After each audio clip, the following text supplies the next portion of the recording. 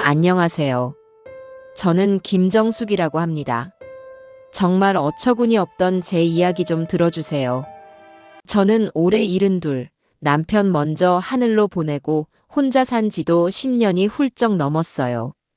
자식이라고는 외아들 하나 김재민.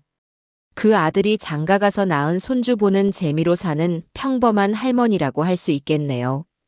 아들 네 집은 저희 집에서 걸어서 5분 거리, 엎어지면 코 닿을 때라 저는 그게 참 좋았어요.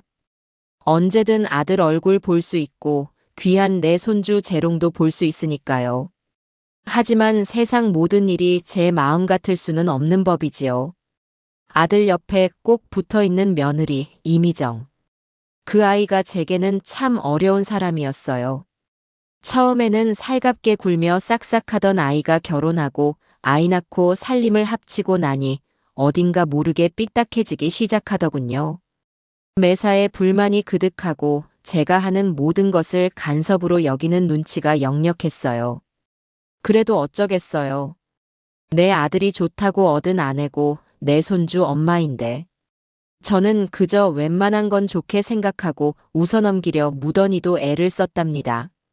그날 그 끔찍한 일이 있기 전까지는요. 그날도 저는 새벽같이 일어나 아침부터 부산을 떨었어요. 얼마 전 아들 녀석이 통화 끝에 엄마가 해준 표고버섯 볶음 먹고 싶네 하고 툭 던진 말이 계속 귓가에 맴돌았거든요. 자식 입에 들어가는 건 뭐든 해주고 싶은 게 어미 마음 아니겠어요. 저는 장롱 깊숙이 넣어두었던 비상금을 꺼내 제일 좋은 표고버섯을 사고 아들이 좋아하는 소고기 장조림에 들어갈 홍두깨살도 한 근 끊었어요. 하루 종일 부엌에서 서서 버섯을 정성껏 닦아 썰고 장조림은 너무 짜지 않게, 고기는 부드럽게 결대로 찢어가며 만들었지요. 며느리가 좋아할지 몰라 애호박전까지 부치고 나니 허리가 끊어질 듯 아파왔지만 마음만은 부자라도 된 듯 뿌듯했어요. 이걸 먹고 기뻐할 아들과 손주 얼굴을 떠올리니 절로 웃음이 났어요. 해질녘 무렵 저는 커다란 반찬통을 양손 가득 들고 아들네 현관 비밀번호를 눌렀어요. 엄마다. 제 목소리에 손주 녀석이 맨발로 뛰쳐나와 제 다리에 매달렸지요. 할머니. 저는 귀한 내 강아지를 번쩍 안아들고 볼에 뽀뽀를 퍼부었어요. 그때 소파에 누워 텔레비전을 보던 며느리가 고개만 까딱하며 말하더군요. 어머니, 오셨어요? 아이고, 이건 또 뭐예요? 제 손에 들린 반찬통을 보며 하는 소리였어요. 그 말투에는 반가움이라고는 눈곱만큼도 찾아볼 수 없었답니다. 우리 아들 버섯볶음 먹고 싶다고 해서 좀 해왔다. 너 좋아하는 호박전도 부쳤는데. 제가 웃으며 말하자 며느리는 한숨부터 푹 쉬는 것이었어요. 어머니, 저희 이런 거 잘 안 먹어요. 그리고 재민 씨는 회사에서 저녁 먹고 온대요. 그냥 사 먹는 게 편한데 뭘 자꾸 힘들게 해오세요. 그 말에 제 얼굴에서 웃음기가 싹 가시는 것을 느꼈어요. 제가 몇 시간을 서서 만든 음식들이 순식간에 귀찮은 짐 덩어리가 되어버린 기분이었어요. 그래도 이왕 해온 거니 냉장고에 넣어도 내일이라도 먹으면 좋지. 제가 애써 태어난 척 말하며 부엌으로 향하는데 며느리가 뒤에서 또 한마디 툭 던지는 것이었어요. 냉장고 자리도 없는데. 저번에 어머니가 주신 나물도 아직 그대로 있어요. 저는 아무 말 없이 냉장고 문을 열었어요. 아니나 다를까 며느리의 말대로 냉장고 안은 배달 음식 용기와 사다 놓은 즉석 식품들로 가득 차 있었지요. 제가 지난주에 가져다 준 시금치 나물은 한쪽 구석에서 물러터지고 있었고요. 저는 아무 말 없이 그 나물 반찬통을 꺼내고 새로 가져온 반찬들을 억지로 구겨 넣었어요. 속에서 천불이 났지만 꾹 참았답니다. 제가 여기서 화를 낸들 뭐가 달라지겠어요. 아들만 중간에서 힘들어질 뿐이지요. 이건 상했으니 버려야겠다. 제가 물러진 나물 반찬통을 들어보이자 며느리는 휴대폰에서 눈도 떼지 않고 건성으로 대답했어요. 네, 그러세요. 그 무심한 태도에 심장이 쿵 하고 내려앉는 것 같았어요. 제 정성과 시간은 그 아이에게 아무런 의미가 없었던 겁니다. 며칠 뒤는 귀한 제 손주의 5번째 생일이었어요. 저는 몇 날 며칠을 백화점에 드나들며 손주에게 가장 잘 어울릴 옷을 골랐지요. 아이들 옷이 어찌나 비싼지 제 한 달 용돈을 몽땅 털어야 했지만 조금도 아깝지 않았어요.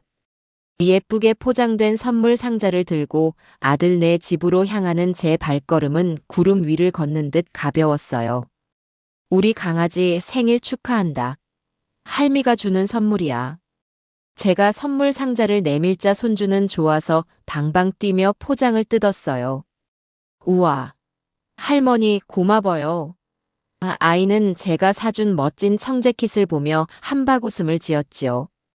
그런데 바로 그때 며느리가 다가와 그 옷을 휙 낚아채더군요. 아이고, 우리 아들. 이건 할머니가 주신 거니까 잘 두었다가 나중에 입자. 응. 그러더니 아이에게 전혀 다른 옷을 내미는 것이었어요. 자, 엄마가 사준 거 입어볼까? 이게 훨씬 더 멋지다. 며느리가 내민 옷은 누가 봐도 값비싸 보이는 이상한 영어가 잔뜩 쓰인 브랜드 옷이었어요. 손주는 제가 사준 옷을 입고 싶다고 잠시 칭얼거렸지만 며느리의 단호한 표정에 인해 새 옷으로 갈아입었어요. 저는 그 자리에 못 박힌 듯 서서 그 광경을 지켜봐야만 했어요. 며느리는 보란 듯이 제게 말했어요. 어머니, 요즘 애들 이런 스타일 안 입어요. 취향이라는 게 있잖아요. 그래도 마음은 감사히 받을게요.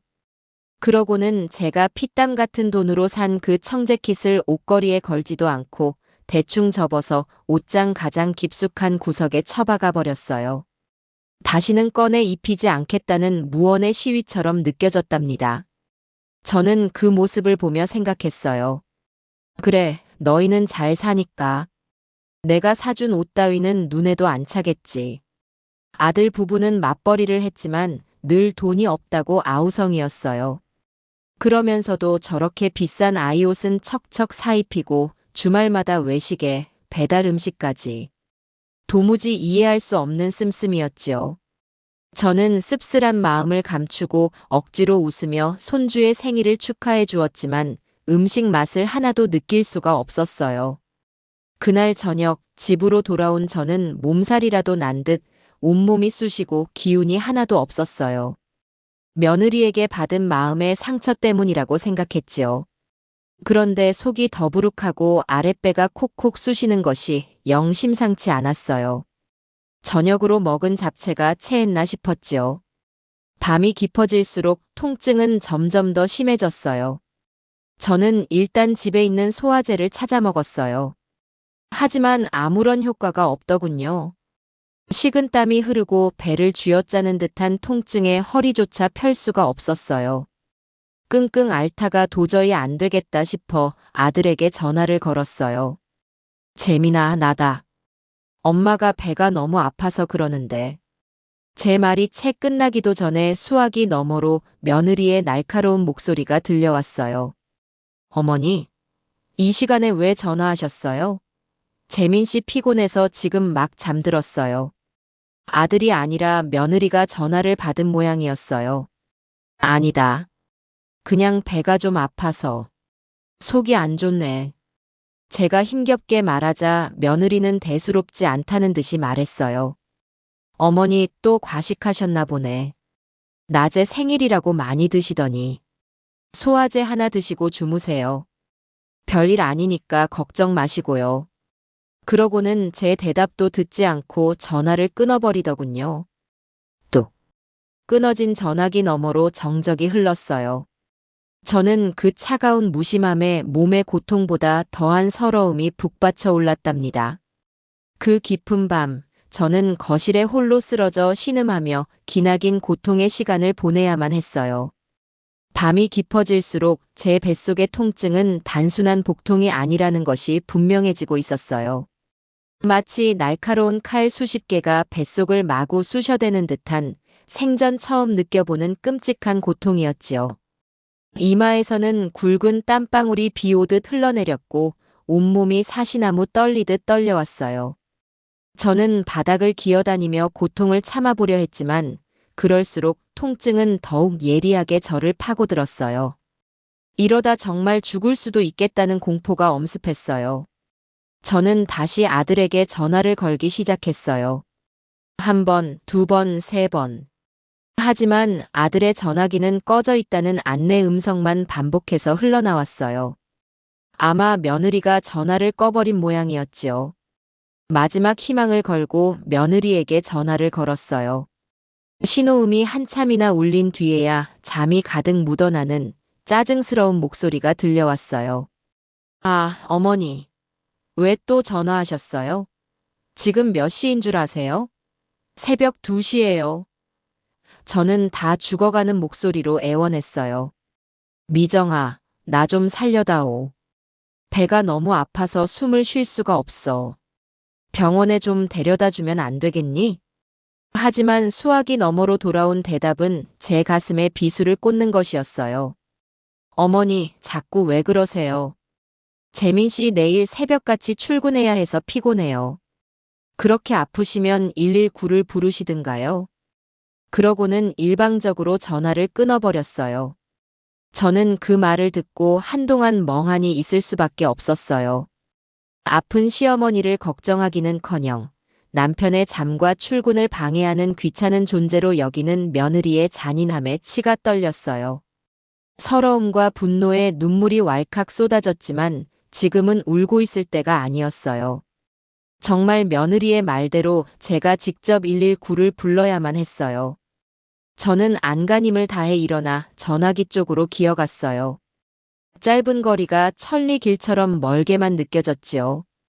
떨리는 손으로 간신히 119 버튼을 눌렀어요. 거기 119죠? 사람이 곧 죽을 것 같아요. 제 목소리가 제대로 나오지 않았어요. 상담원의 침착한 목소리를 들으며 간신히 저희 집 주소를 말하고 나자 저는 그대로 정신을 잃고 말았어요. 얼마나 지났을까요? 할머니, 정신 차리세요. 누군가 제 어깨를 흔드는 소리에 겨우 눈을 떴어요. 낯선 제복을 입은 구급대원 두 분이 저를 걱정스럽게 내려다보고 있었어요. 그들의 부축을 받아 들것에 실려 나가는 동안 저는 왠지 모를 부끄러움과 처량함에 고개를 들 수가 없었어요. 자식이 5분 거리에 사는데 한밤중에 아파서 쓰러진 늙은 어미를 구급대원들이 와서 싣고 가는 이 기막힌 상황. 동네 사람들이 볼까봐 두려웠어요. 구급차에 실려 병원으로 향하는 내내 흔들리는 차 안에서 저는 고통과 함께 지독한 외로움을 느껴야만 했어요. 곁에는 아무도 없었지요. 응급실에 도착하자마자 상황은 급박하게 돌아갔어요. 의사와 간호사들이 제 주변으로 몰려들었고 이런저런 검사가 정신없이 진행되었어요. 보호자분 어디 계십니까? 환자분 맹장이 터졌어요. 지금 당장 수술하지 않으면 복막염으로 진행돼서 위험합니다. 의사의 고함 소리가 응급실을 울렸어요. 보호자 없어요. 저 혼자예요. 제가 힘겹게 대답하자 의사는 믿을 수 없다는 표정으로 저를 쳐다보더군요. 이 지경이 될 때까지 뭐 하셨어요? 조금만 늦었으면 큰일 날 뻔했어요. 그 꾸지람이 어찌나 서럽던지 저도 모르게 눈물이 주르륵 흘렀어요. 저는 결국 보호자 동의서에 제 손으로 직접 서명을 하고 홀로 수술실로 들어가야만 했어요. 차가운 수술대 위에 누워 천장의 조명을 바라보는데 지난 세월이 주마등처럼 스쳐 지나갔어요. 내가 뭘 그렇게 잘못 살았을까? 마취가스가 제 코로 스며들며 저는 깊고 어두운 잠에 빠져들었어요. 수술은 무사히 끝났다고 해요. 마취에서 깨어나 보니 저는 하얀 천장과 소독약 냄새가 진동하는 병실에 누워 있었어요. 배에는 붕대가 감겨 있었고 수술 부위는 누가 바늘로 찌르는 것처럼 욱신거렸지요. 제가 정신을 차리고 한참이나 지났을까 병실 문이 벌컥 열리며 아들 재민이가 헐레벌떡 뛰어들어왔어요.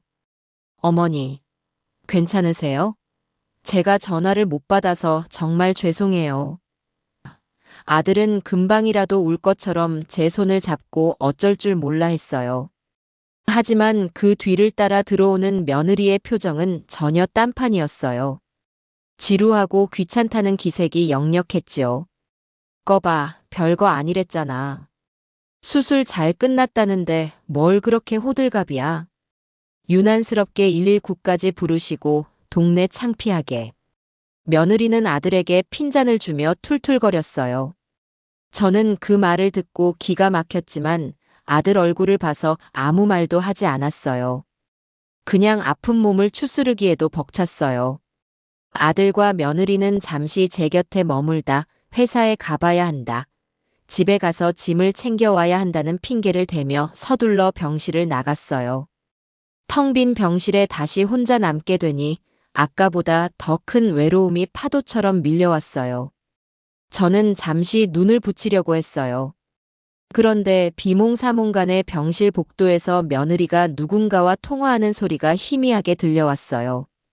목소리를 낮춘다고 낮춘 것 같은데 병실 문틈으로 그 소리가 새어 들어오고 있었지요. 응, 나 병원이야. 시어머니. 아휴, 말도 마. 쇼하는 거지 뭐.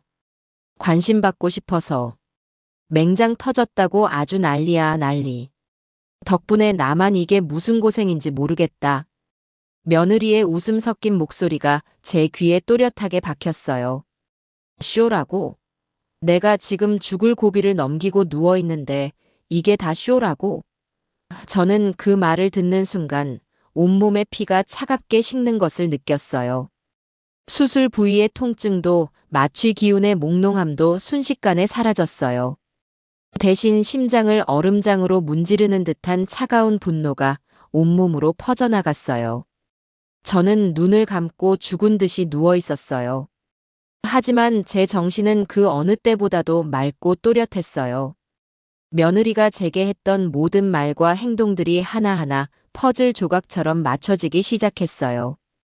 반찬을 타박하던 일, 제가 사준 선물을 무시하던 일, 그리고 어젯밤 아프다는 저를 귀찮아하며 전화를 끊어버린 일까지. 그 모든 것이 저를 무시하고 하찮게 여기는 마음에서 비롯된 행동이라는 것을 깨달았어요. 그리고 지금 목숨이 경각에 달렸던 저를 두고 쇼를 한다고 비웃고 있는 겁니다. 눈물이 나오지도 않았어요. 그저 이가 갈릴 뿐이었지요. 그래, 이미정. 너가 말하는 그 쇼, 내가 제대로 보여주마. 아주 화려하고 거대한 쇼를 준비해서 너를 그 쇼의 가장 비참한 구경꾼으로 만들어주마. 저는 조용히 복수를 다짐하며 주먹을 꽉 쥐었어요. 그 순간부터 저는 더 이상 예전의 김정숙이 아니었어요. 아들과 손주만 바라보며 모든 것을 참고 인내하던 순진한 할머니는 수술대 위에서 죽고 이제 도끼를 품은 새로운 김정숙으로 다시 태어난 겁니다. 그날 이후 저는 완벽한 연기자가 되기로 마음먹었어요. 며느리가 제게 붙여준 쇼와는 시어머니라는 배역을 아주 훌륭하게 소화해낼 작정이었어요. 우선 아들 재민이가 혼자 병문안을 왔을 때부터 저의 연기는 시작되었어요. 저는 일부러 끙끙 앓는 소리를 내며 힘겹게 돌아 누웠고 핏기 하나 없는 얼굴로 아들을 맞이했지요. 왔니, 아들.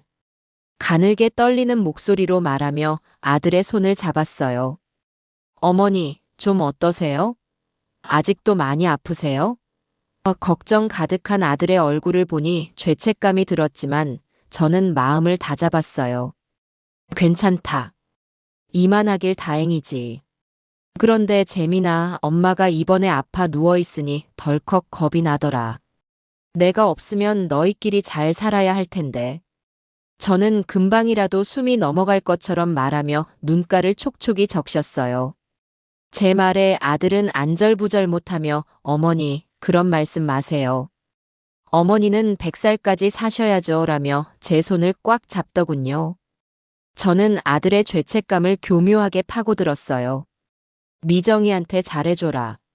나 때문에 괜히 병원 드나들며 고생이 많지. 내가 얼른 나아서 짐이 되지 말아야 하는데. 제가 이렇게 말할수록 아들의 표정은 며느리에 대한 원망으로 조금씩 굳어지는 것이 보였어요. 며느리가 병문안을 올 때는 또 다른 작전이 필요했어요. 저는 며느리가 올 때마다 휴대폰 녹음 기능을 켜서 이불 밑에 숨겨두었어요. 그리고는 아무것도 모른다는 듯이 말을 걸었지요. 아가, 바쁜데 와줘서 고맙다. 제가 힘없이 웃으며 말하자 며느리는 의무감에 가득 찬 표정으로 대답했어요. 아니에요, 어머니. 괜찮으세요? 저는 며느리의 눈을 똑바로 쳐다보며 물었어요.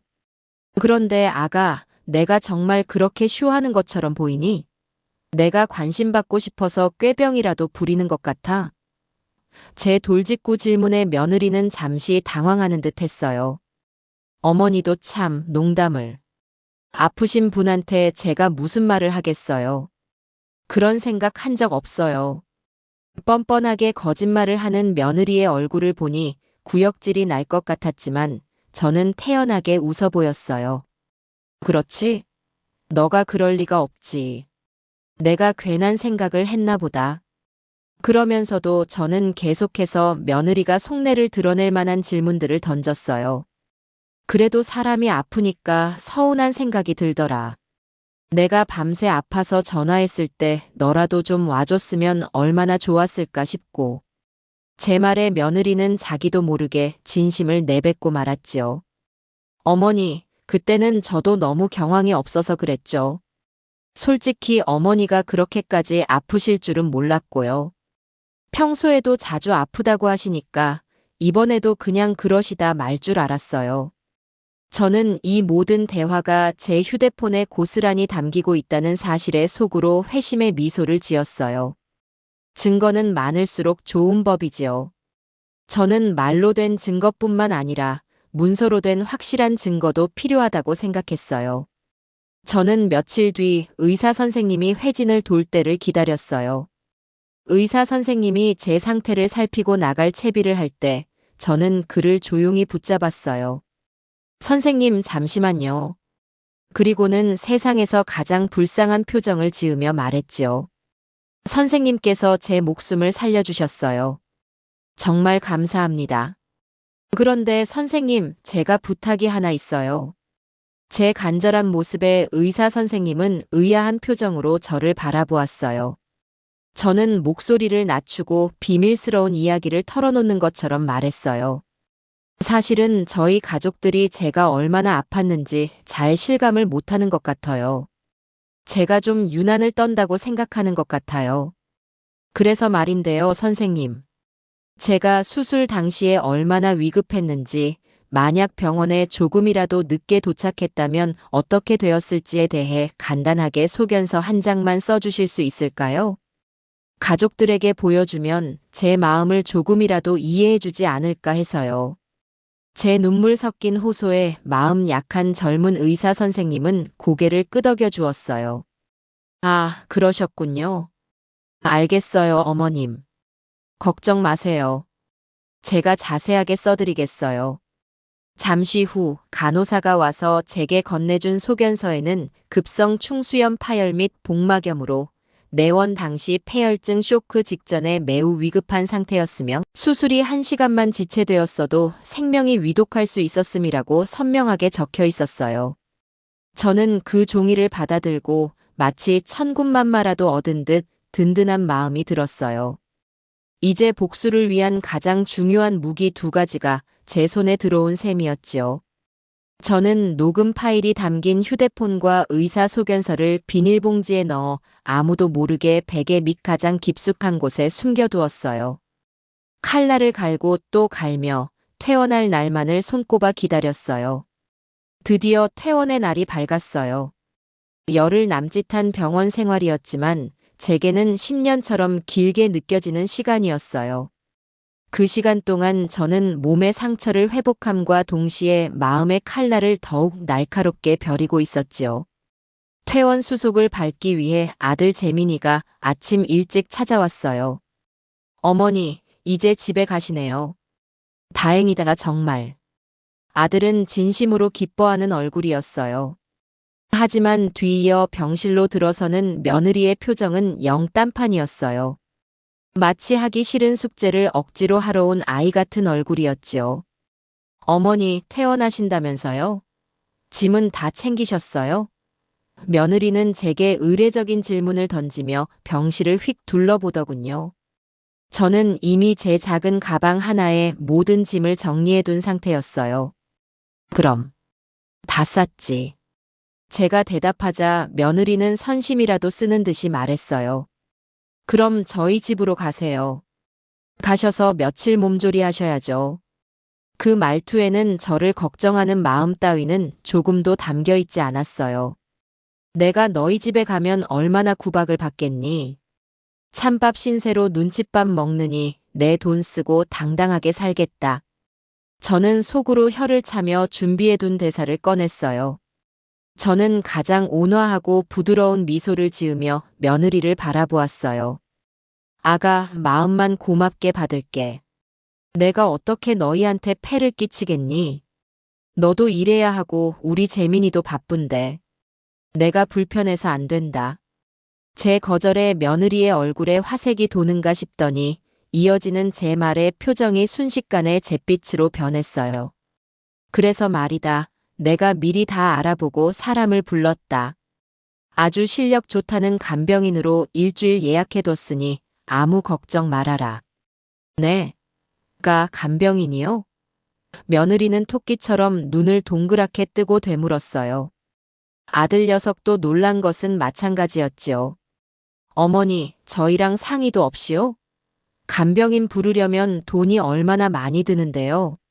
며느리는 돈 나가는 소리에 저절로 목소리가 높아지는 모양이었어요. 저는 그 모습을 아주 즐겁게 감상하며 느긋하게 대답했어요.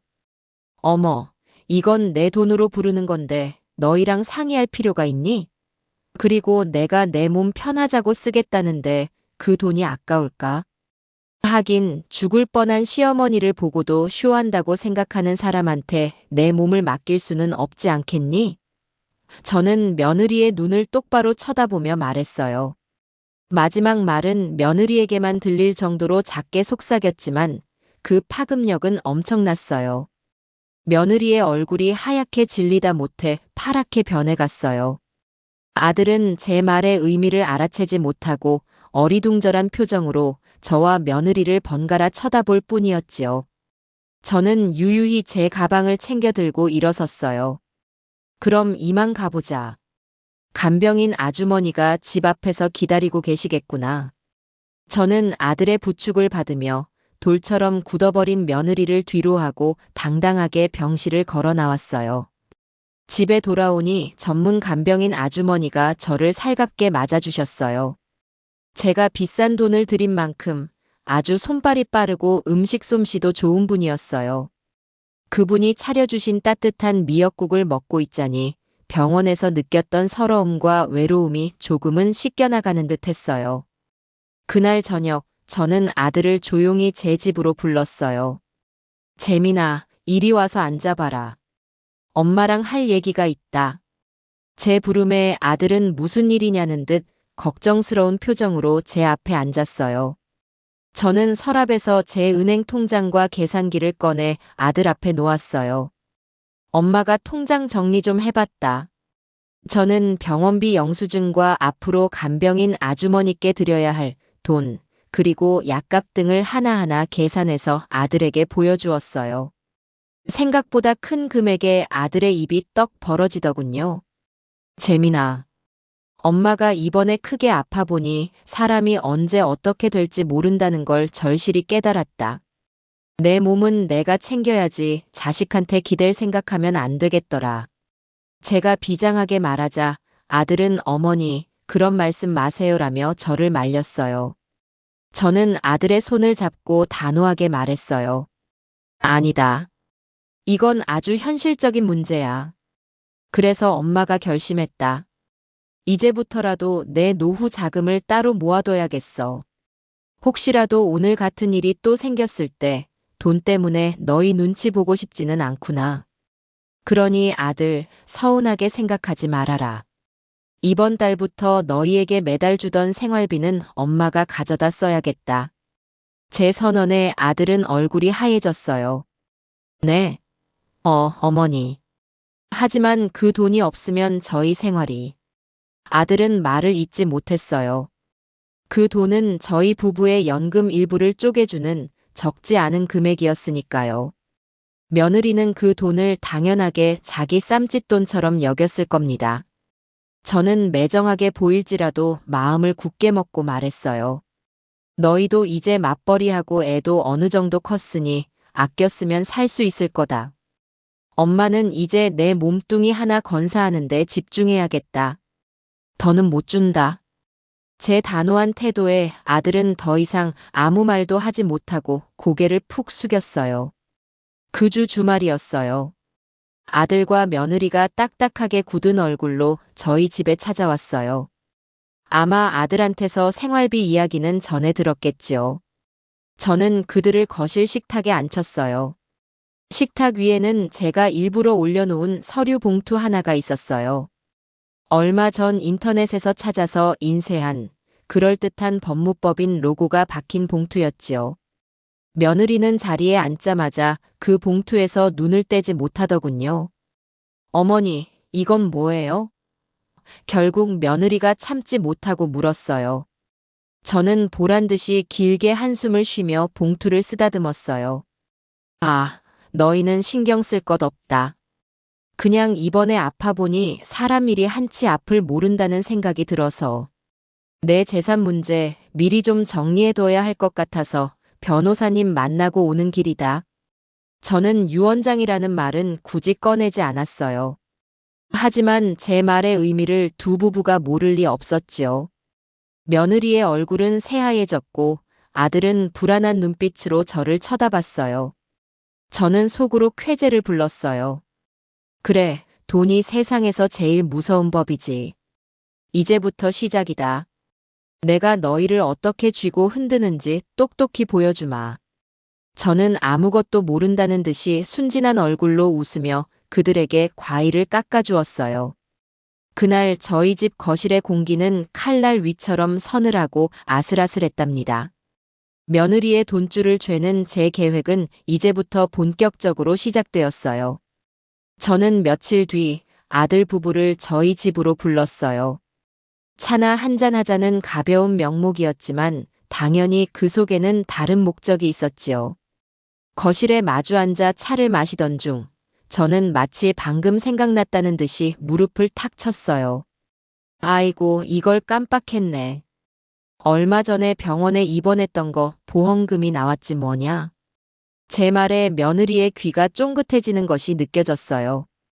보험금이요? 많이 나왔어요, 어머니. 며느리는 속마음을 감추지 못하고 덥석 물었어요. 저는 아주 흡족한 미소를 지으며 고개를 끄덕였어요. 그럼. 생각보다 훨씬 많이 나왔더라. 내가 젊을 때부터 꼬박꼬박 부어온 게 있어서 그런지 자그마치 3천만 원이나 나왔지 뭐니. 3천만 원이라는 액수에 며느리의 눈이 탐욕으로 반짝이는 것을 저는 똑똑히 보았어요. 저는 그 불씨에 찬물을 끼얹듯 재빨리 덧붙였어요. 그래서 그 돈 받자마자 은행 가서 5년짜리 정기예금으로 꽁꽁 묶어놨다. 절대로 못 깨게. 제 말에 며느리의 얼굴이 순간 굳어지는가 싶더니 이내 표정을 관리하며 물었어요. 어머니도 참 급하게 쓰실 때가 있을지도 모르는데 왜 그렇게 묶어두셨어요? 저는 며느리의 속내를 꿰뚫어보며 대답했어요. 왜 쓰실 데가 없어? 아주 중요한데 쓸 돈이지. 이건 내 요양원 자금이다. 요양원이요? 아들과 며느리가 동시에 소리쳤어요. 그럼 내가 언제까지 이렇게 정정하겠니? 나중에 거동이라도 불편해지면 좋은 요양원에 들어가야지. 요즘은 돈만 있으면 호텔 같은 요양원도 많다더라. 자식들한테 손 벌리고 짐 되느니 내 돈으로 당당하게 내 마지막을 준비하는 게 훨씬 낫지 않겠니? 저는 일부러 짐이라는 단어에 힘을 주어 말하며 며느리를 쳐다봤어요. 며느리는 아무 대꾸도 하지 못하고 입술만 깨물더군요. 그 보험금에 한 가닥 희망을 걸었던 모양인데 아주 산산조각이 났을 겁니다. 보험금 소동이 있고 며칠 뒤 저는 또 한 번의 공격을 준비했어요. 이번에는 아들 부부가 살고 있는 바로 그 집에 관한 문제였어요. 그 집은 결혼할 때 제 남편이 남겨준 유산의 대부분을 털어 아들 부부에게 보태준, 사실상 제가 사준 집이나 마찬가지였어요. 하지만 며느리는 마치 온전히 자신들의 힘으로 장만한 집인 양 행동하곤 했지요. 저는 그 사실을 다시 한번 확실하게 깨우쳐줄 필요가 있다고 생각했어요. 주말 오후 저는 과일이라도 같이 먹자며 아들네 집을 방문했어요. 거실 소파에 앉아 텔레비전을 보며 저는 옛날 이야기를 꺼내듯 자연스럽게 말을 시작했어요. 너희가 이렇게 번듯한 집에서 사는 걸 보니 엄마는 마음이 참 좋다. 하긴 이 집 구할 때 우리가 얼마나 고생했니? 발품 팔아가며 여기저기 보러 다니고. 제가 아련한 표정으로 말하자 아들도 맞장구를 쳤어요. 맞아요, 어머니. 그때 어머니 아니었으면 저희는 이런 집 꿈도 못 꿨죠. 바로 그때였어요. 저는 아들의 말을 받아 며느리를 향해 부드럽게 말했어요. 그때 내가 퇴직금 받은 걸로 모아둔 목돈이 없었으면 어쩔 뻔했니? 그걸로 너희 대출금 거의 다 갚고 들어온 거나 마찬가지지. 그리고는 결정타를 날렸어요. 그런데 재미나 생각해보니 그 아파트 등기가 아직 엄마랑 너랑 공동 명의로 되어 있지 않니? 나중에 혹시라도 복잡한 일 생기기 전에 이것도 정리를 좀 해야 할 텐데. 사람은 한치 앞을 모르는 거니까. 제 말에 며느리의 얼굴이 하얗게 굳어지는 것을 저는 놓치지 않았어요. 자신들이 살고 있는 집의 절반 이상이 아직 제 손아귀에 있다는 사실, 그리고 제가 마음만 먹으면 언제든 권리를 주장할 수 있다는 사실을 깨달았을 테니까요. 며느리는 그날 저녁 내내 말이 없었어요. 저의 마지막 작전은 며느리를 완벽하게 고립시키는 것이었어요. 그 집안에서 며느리를 철저한 이방인으로 만들어 돈줄이 끊긴 것 이상의 심리적 압박감을 주기로 한 것이지요. 저는 얼마 뒤 손주를 보러 간다는 핑계로 아들네 집에 들렀어요. 이번에는 양손 가득 손주가 좋아할 만한 것들을 사들고 갔어요. 최신형 로봇 장난감에 아이들이 환장한다는 유명 브랜드의 운동화, 그리고 제가 봐도 정말 예쁜 디자인의 겨울 외투까지. 모두 며느리가 평소 비싸서 못 사준다고 노래를 부르던 것들이었어요. 우리 강아지 할머니 왔다. 제가 현관문을 열고 들어가자 손주가 달려나와 제게 안겼어요. 저는 아이를 번쩍 안아들고 뽀뽀를 퍼부으며 준비한 선물들을 하나씩 꺼내 놓았어요. 우와, 로보트다. 할머니 최고. 손주는 좋아서 어쩔 줄을 몰라 했어요. 그 모습을 지켜보던 며느리가 다가와 제게 말했어요.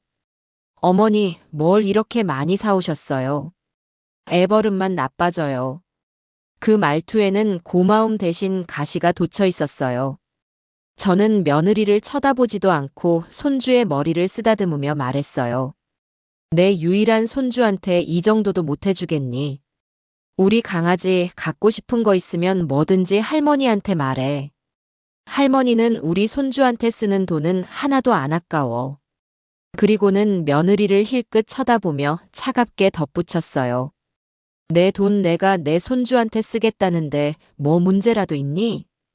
제 싸늘한 태도에 며느리는 더 이상 아무 말도 하지 못하고 입을 다물었어요.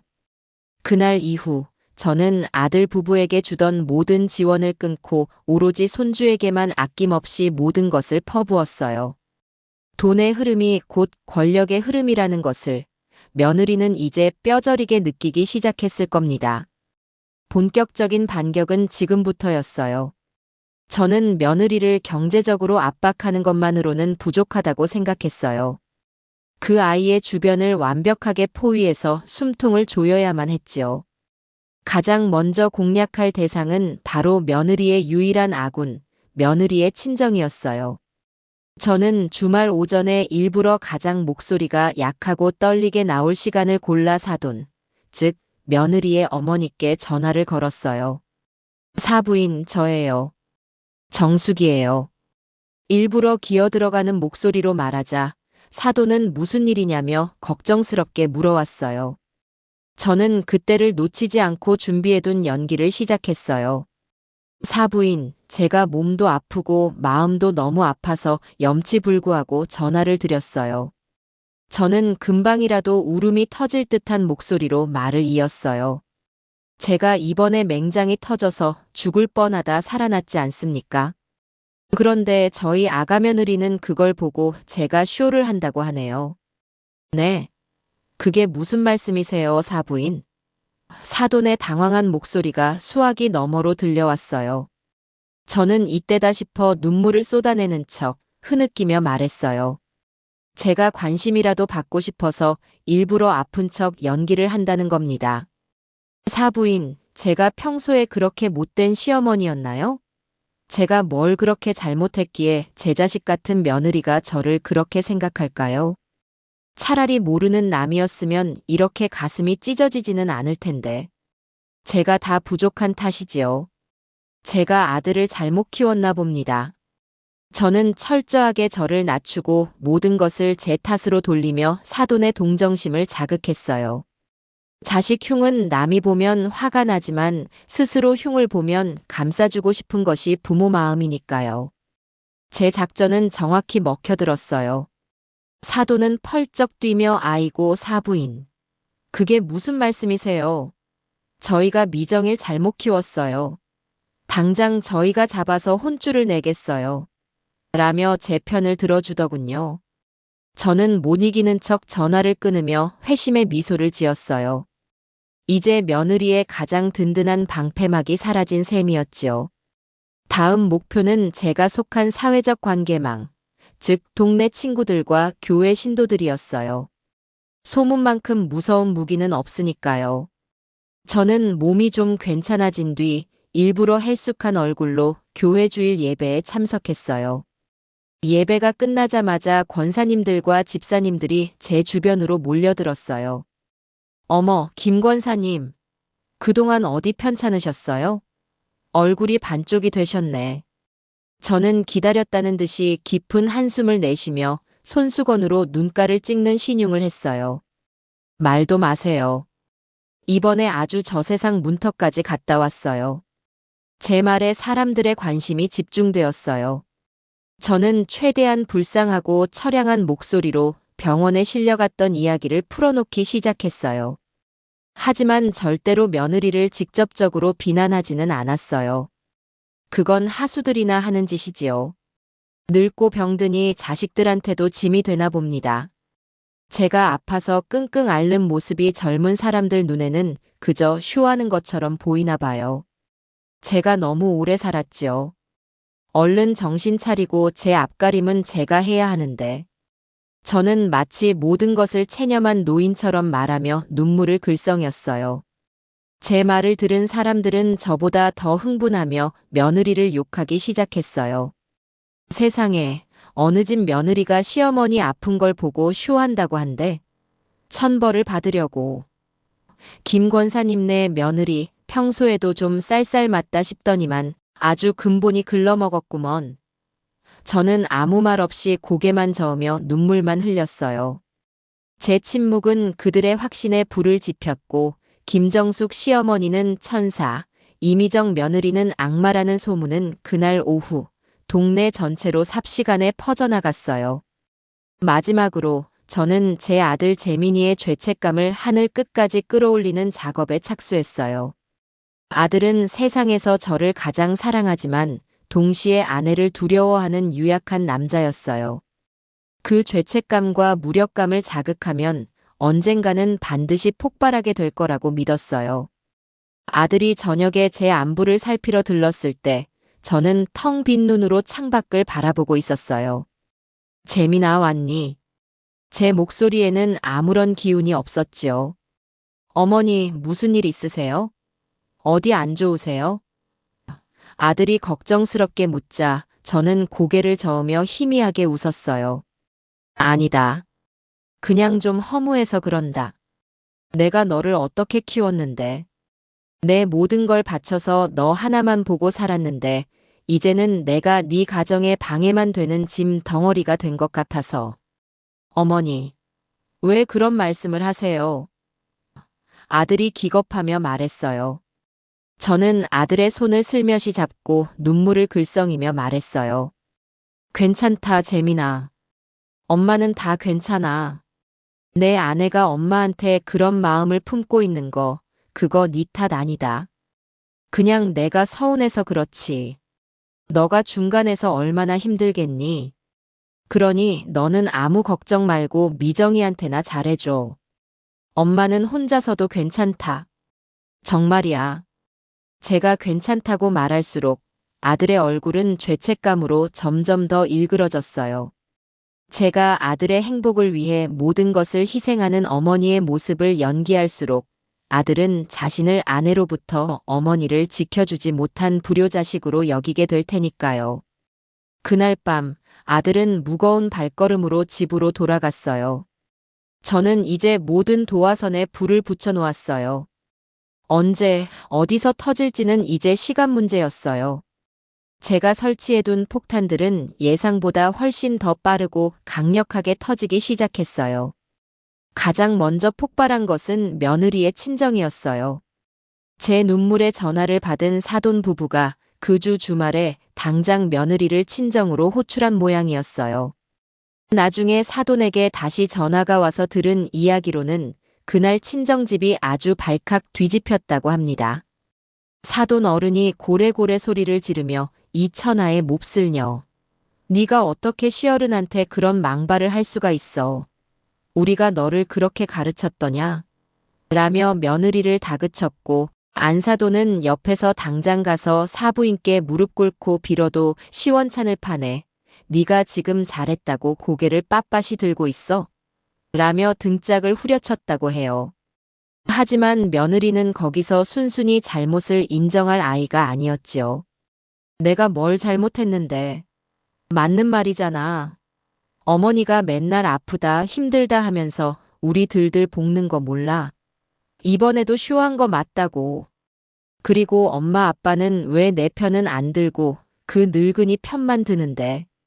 며느리는 오히려 악을 쓰며 대들었고 결국 사돈 어른에게 뺨까지 맞고 집에서 쫓겨났다고 합니다. 그 이야기를 전해 들으며 저는 통쾌함에 입꼬리가 저절로 올라가는 것을 겨우 참아야 했어요. 그래, 이제 너는 친정에도 발 못 붙이겠구나. 며느리의 도망갈 구멍이 이렇게 또 하나 막힌 것이지요. 두 번째 폭발은 제 아들, 재민이에게서 일어났어요.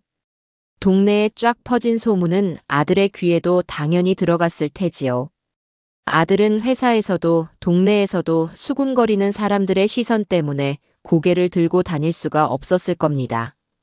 주말 내내 며느리와 냉전을 벌이던 아들은 결국 월요일 저녁 집으로 돌아와 며느리에게 모든 분노를 터뜨린 모양이었어요. 그날 밤 잔뜩 흥분한 아들이 씩씩거리며 저희 집으로 쫓아왔어요. 어머니, 제가 정말 미정이랑은 하루도 더 못 살겠어요. 아들은 거실에 들어서자마자 소리쳤어요. 자초지종을 들어보니 아들이 퇴근하고 집에 와서 며느리에게 도대체 당신은 동네에 무슨 소문을 내고 다니는 거야. 나 회사에서도 얼굴을 들고 다닐 수가 없어. 라고 화를 냈다고 해요.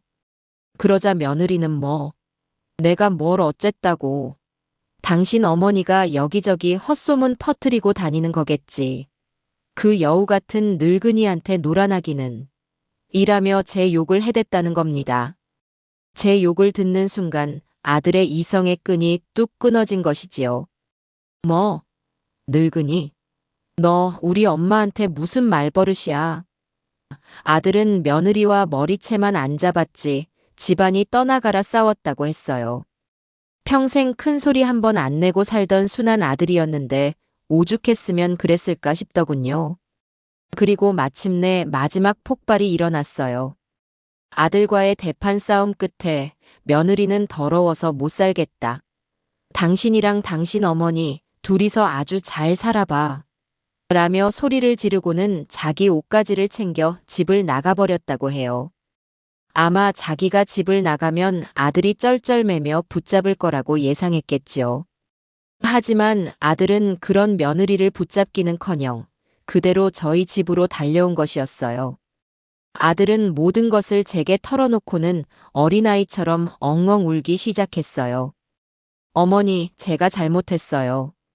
제가 못나서 어머니를 이렇게 힘들게 하고 제 가정도 이 꼴로 만들었어요. 저는 어떻게 해야 해요, 어머니? 아들의 등을 토닥여주며 저는 속으로 차갑게 웃고 있었어요. 그래, 이제야 정신을 차렸구나. 이제 너는 온전히 내 편이다. 저는 아들에게 아무 말도 하지 않았어요. 그저 따뜻한 차 한 잔을 내어주고 묵묵히 아들의 하소연을 들어주기만 했어요. 재민아, 너무 힘들면 오늘 밤은 여기서 자고 가거라. 아무 생각 말고 푹 쉬어.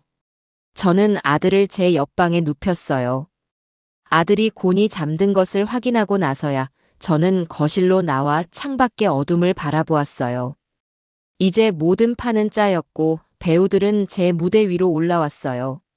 며느리가 제 발로 집을 나감으로써 저는 이혼의 책임까지도 며느리에게 떠넘길 수 있는 아주 유리한 고지를 점령하게 된 것이지요. 이제 남은 것은 이 길고 지루한 연극의 마지막 장을 화려하게 장식하는 것뿐이었어요.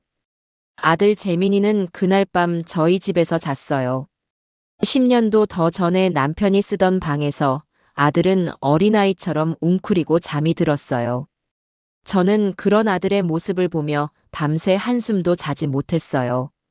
안쓰러운 제 아들을 보고 있자니 가슴 한편이 아려왔지만 다른 한편으로는 차갑게 이성을 다잡고 있었지요. 이 싸움을 끝내려면 더 독해져야 한다. 다음 날 아침 퉁퉁 부은 눈으로 일어난 아들에게 저는 따뜻한 북엇국을 끓여주었어요. 아들은 말없이 밥을 먹다 말고 숟가락을 내려놓더군요. 어머니, 저는 이제 어떻게 해야 할까요? 절망에 가득 찬 아들의 목소리였어요. 저는 그런 아들의 손을 따뜻하게 잡아주며 세상에서 가장 인자한 어머니의 얼굴로 말했어요. 재민아, 그래도 가정을 깨트릴 수는 없지. 미정이가 100번 잘못했지만 그래도 네 아내고 우리 손주 엄마 아니냐. 제 의외의 말에 아들은 놀란 눈으로 저를 쳐다보았어요. 어머니, 저는 고개를 저으며 말을 이었어요. 이 모든 일은 어쩌면 이 늙은 어미의 욕심 때문에 시작된 건지도 모른다. 내가 너희에게 조금만 더 무심했더라면 이런 일도 없었을 것을. 내가 먼저 미정이에게 손을 내밀어야지. 어른인 내가 먼저 숙이고 들어가야지 별 수 있겠니. 제 말에 아들은 감동한 얼굴이었어요. 어머니, 아니에요. 어머니가 뭘 잘못하셨다고요? 다 미정이가 그 사람이 잘못한 건데요. 아니다. 부부 사이의 일은 부부만이 아는 거지. 엄마가 너희 사이에 끼어들어서 상황만 더 나빠진 것 같구나. 그러니 재민아, 오늘 저녁에 미정이 좀 집으로 오라고 하렴. 내가 맛있는 저녁 차려놓고 기다리고 있겠다고. 내가 먼저 미정이에게 진심으로 사과하고 싶다고 그렇게 전해주렴. 저의 관대한 제안에 아들은 눈물까지 글썽이며 제 손을 덥석 잡았어요. 어머니, 정말 감사합니다. 정말 감사해요. 아들은 제게 몇 번이고 고맙다고 인사를 하고는 희망에 가득 찬 얼굴로 며느리에게 전화를 걸기 시작했어요. 저는 아들이 며느리와 통화하는 모습을 조용히 지켜보았어요. 미정아, 나야. 당신 지금 어디야? 저녁에 어머니 댁으로 와. 어머니가 당신한테 사과하고 싶으시대. 응, 정말이야. 맛있는 저녁 차려놓고 기다리신다고. 수화기 너머로 들려오는 며느리의 목소리는 아마 의심과 승리감으로 가득 차 있었겠지요. 아들은 몇 번의 실랑이 끝에 결국 며느리의 방문을 약속받고 나서야 안도의 한숨을 내쉬었어요. 저는 그런 아들의 어깨를 두드려주며 아무것도 모른다는 듯이 미소 지었어요. 그래, 그렇게 믿어야지. 내가 모든 것을 용서하고 화해의 손길을 내민다고. 그래야 내 마지막 무대가 더욱 화려해지지 않겠니?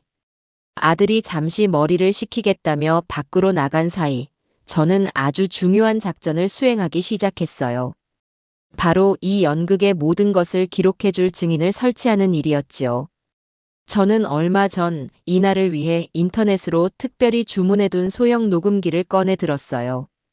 손가락 두 마디만 한 크기였지만 수십만 원을 준 만큼 성능 하나는 기가 막힌 물건이었어요.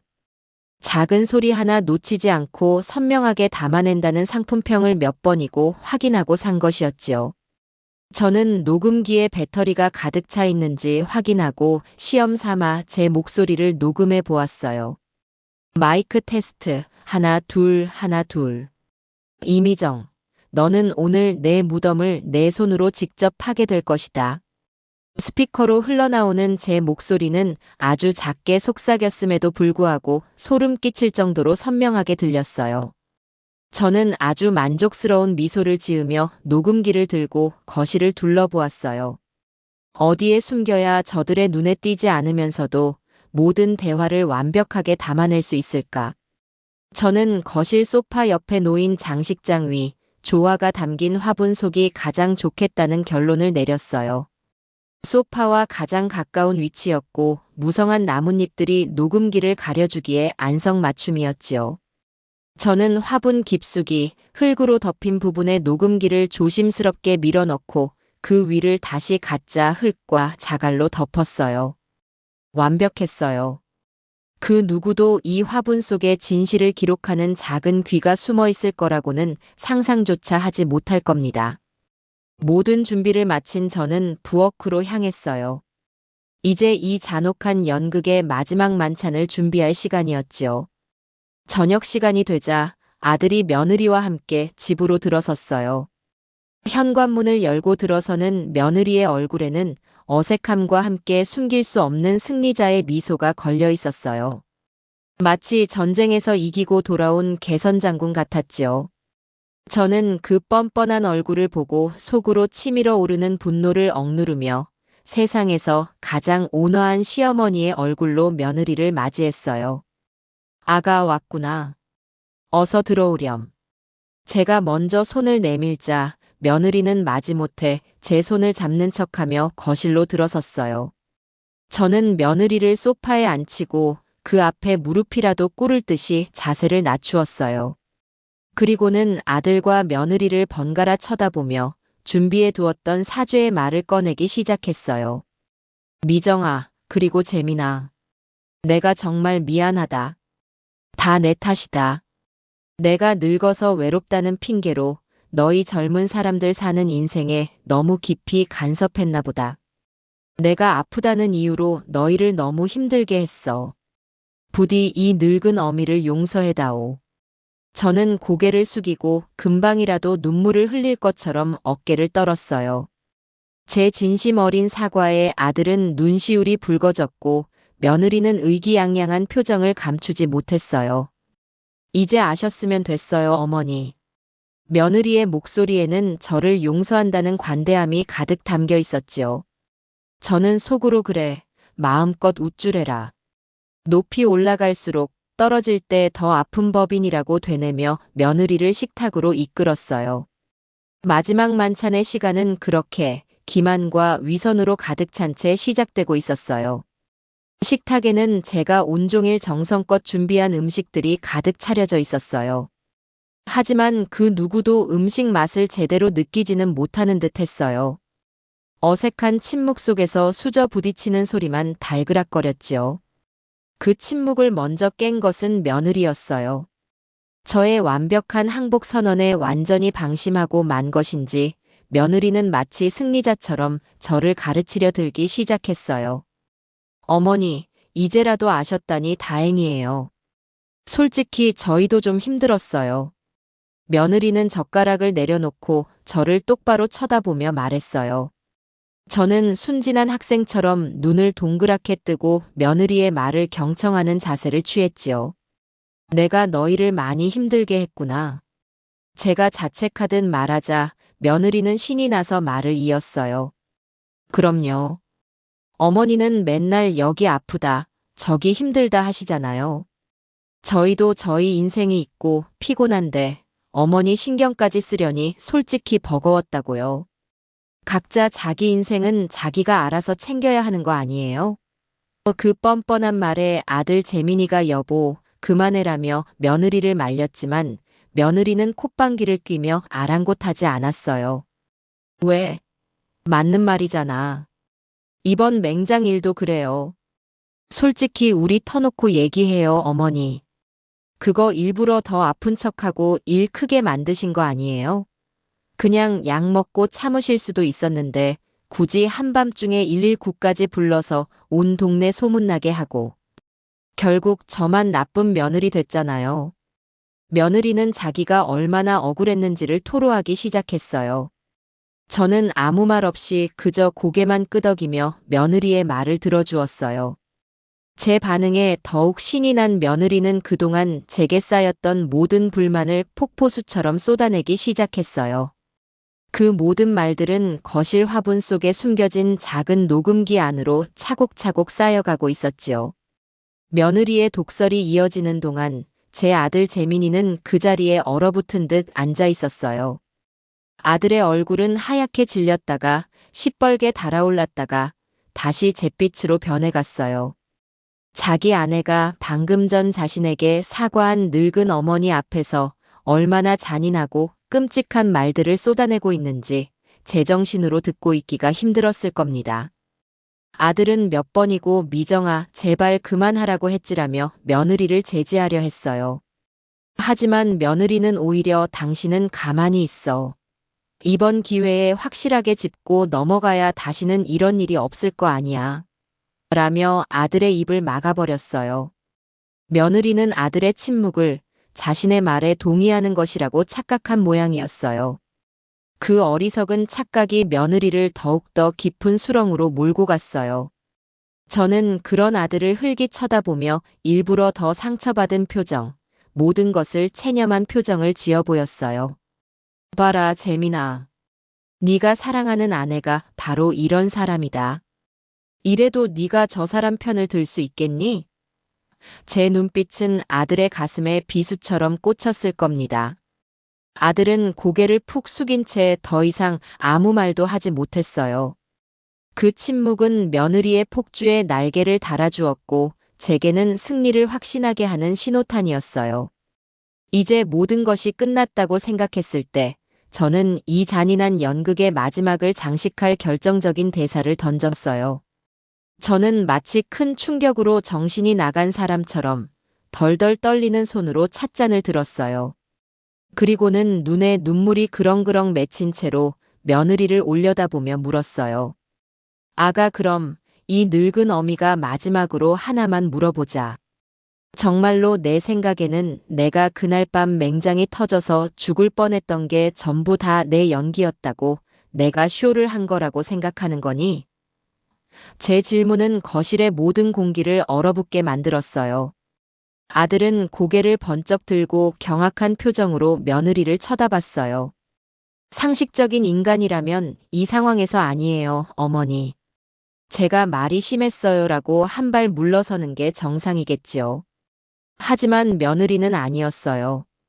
며느리는 저의 완벽한 항복과 아들의 침묵에 도취해 자기가 이 상황의 완전한 지배자가 되었다고 믿고 있었어요. 며느리는 코웃음을 치며 아주 자신만만하게 그리고 또렷하게 대답했어요. 네, 어머니. 당연하죠. 쇼 맞잖아요. 아주 대단하고 극적인 쇼였어요. 인정할게요. 하지만 이제 어머니도 사과하셨으니까 저도 더는 문제 삼지 않을게요. 대신 앞으로는 다시는 그러지 마세요. 아셨죠? 그 말이 끝나는 순간 저는 알 수 있었어요. 끝났다. 저는 천천히 고개를 끄덕였어요. 제 눈동자 깊은 곳에서 번뜩이는 차가운 빛을 그 어리석은 며느리는 결코 잊지 못했을 겁니다.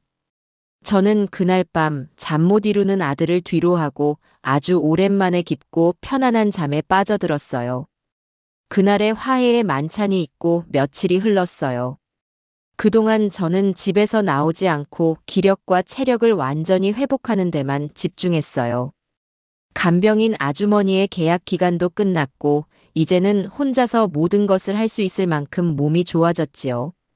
그리고 마침내 심판의 날이 왔어요. 저는 아침 일찍 일어나 목욕 재개하고 옷장 깊숙한 곳에 넣어두었던 가장 값비싸고 격식 있는 외출복을 꺼내 입었어요. 옅은 화장까지 마치고 거울 앞에 서니 병상에 누워있던 초라한 노파는 온데간데 없고 흔들림 없는 눈빛을 가진 당당한 한 사람만이 서 있었어요. 저는 서랍 깊숙한 곳에 보관해 두었던 증거물들을 챙겼어요. 의사소견서, 병원비 영수증 뭉치, 그리고 아들네 집을 사줄 때 보태주었던 돈의 이체 내역서까지. 마지막으로 며느리의 모든 죄상이 담긴 녹음기와 작은 블루투스 스피커를 손가방에 넣었어요. 모든 준비는 끝났어요. 저는 현관문을 나서며 마지막으로 집안을 한번 둘러보았어요. 이 집으로 다시 돌아올 때 나는 완벽한 승리자가 되어 있을 것이다. 저는 망설임 없이 택시를 잡아 아들네 아파트 주소를 불렀어요. 초인종을 누르자 얼마 지나지 않아 며느리가 문을 열었어요. 주말이라 편한 옷차림을 하고 있던 며느리는 저를 보고는 질색하는 표정을 숨기지 못했어요. 어머니, 이 시간에 어쩐 일이세요? 연락도 없이. 그 목소리에는 왜 또 왔냐는 짜증이 가득 묻어 있었지요. 저는 아무 대답도 하지 않았어요. 그저 며느리를 옆으로 밀치고 곧장 거실로 향했어요. 거실 소파에는 아들 재민이가 텔레비전을 보고 있다가 저를 보고는 깜짝 놀라 자리에서 일어났어요. 어머니, 어떻게 된 일이세요? 아들의 당황한 목소리와 며느리의 신경질적인 목소리가 제 등 뒤에서 들려왔지만 저는 아랑곳하지 않았어요.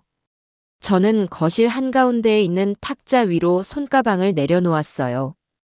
그리고는 그 안에서 블루투스 스피커를 꺼내 탁자 중앙에 놓았지요. 어머니, 지금 뭐 하시는? 아들의 말이 채 끝나기도 전에 저는 스피커의 전원을 켜고 제 휴대폰과 연결했어요. 그리고 망설임 없이 재생 버튼을 눌렀어요. 어머니, 이제라도 아셨다니 다행이에요. 솔직히 저희도 좀 힘들었어요. 거실에는 며칠 전 저희 집에서 나누었던 대화가 고스란히 울려 퍼지기 시작했어요. 바로 며느리의 목소리였지요. 이번 맹장 일도 그래요. 솔직히 우리 터놓고 얘기해요, 어머니. 그거 일부러 더 아픈 척하고 일 크게 만드신 거 아니에요? 자신의 목소리가 스피커를 통해 흘러나오자 며느리의 얼굴은 순식간에 새하얗게 질려버렸어요.